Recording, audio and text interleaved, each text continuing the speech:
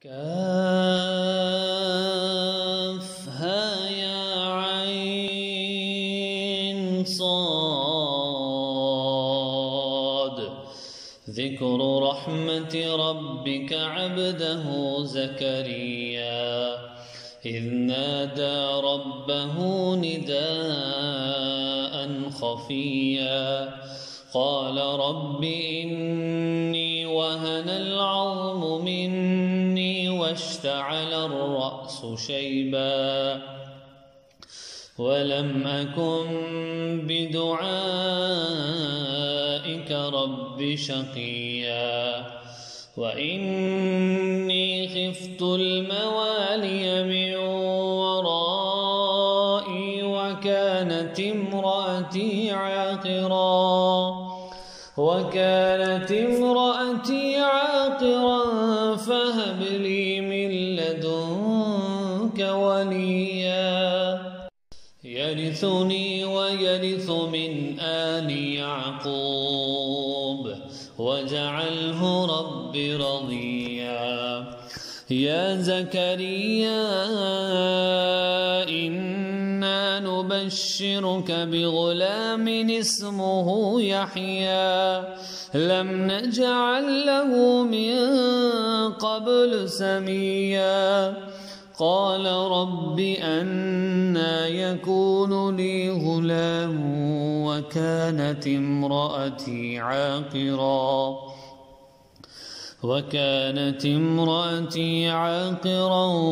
وقد بلغت من الكبر عتيا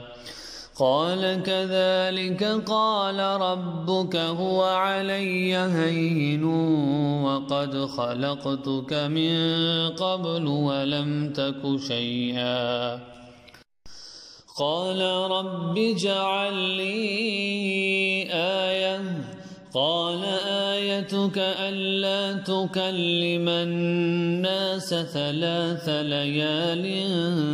سويا فخرج على قومه من المحراب فأوحى إليهم أن سبحوا بكرة وعشيا يا يحيى خذ الكتاب بقوة وآتيناه الحكم صبيا وحنانا من لدنا وزكاة وكان تقيا وبرا بوالديه ولم يكن جبارا عصيا وسلام عليه يوم ولد ويوم يموت ويوم يبعث حيا واذكر في الكتاب مريم إذ انتبذت من أهلها مكانا شرقيا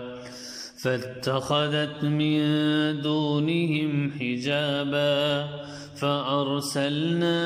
إليها روحنا فتمثل لها بشرا سويا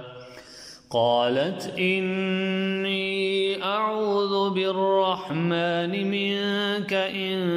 كنت تقيا قال إنما أنا رسول ربك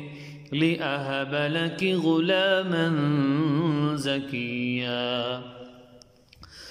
قالت أنى يكون لي غلام ولم يمسسني بشر ولم أك بغيا قال كذلك قال ربك هو علي هين ولنجعله آية للناس ورحمة منا وكان أمرا مقضيا فحملته فانتبذت به مكانا قصيا فأجاءها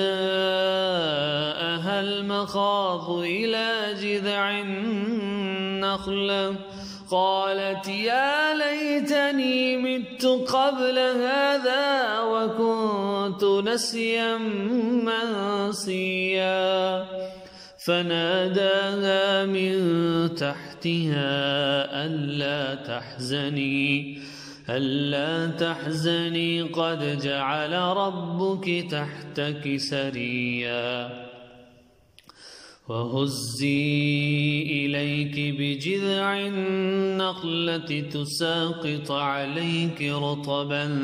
جنيا فكلي واشربي وقري عينا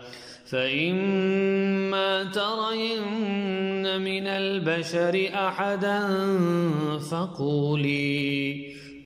فقولي إني نذرت للرحمن صوما فلن أكلم اليوم إنسيا فأتت به قومها تحمله قالوا يا مريم لقد جئت شيئا فريا يا أخت هارون ما كان أبوك امرأ سوء وما كانت أمك بغيا فأشارت إليه قالوا كيف نكلم من كان في المهد صبيا قال إني عبد الله آتاني الكتاب وجعلني نبيا وجعلني مباركا أينما كنت وأوصاني بالصلاة والزكاة ما دمت حيا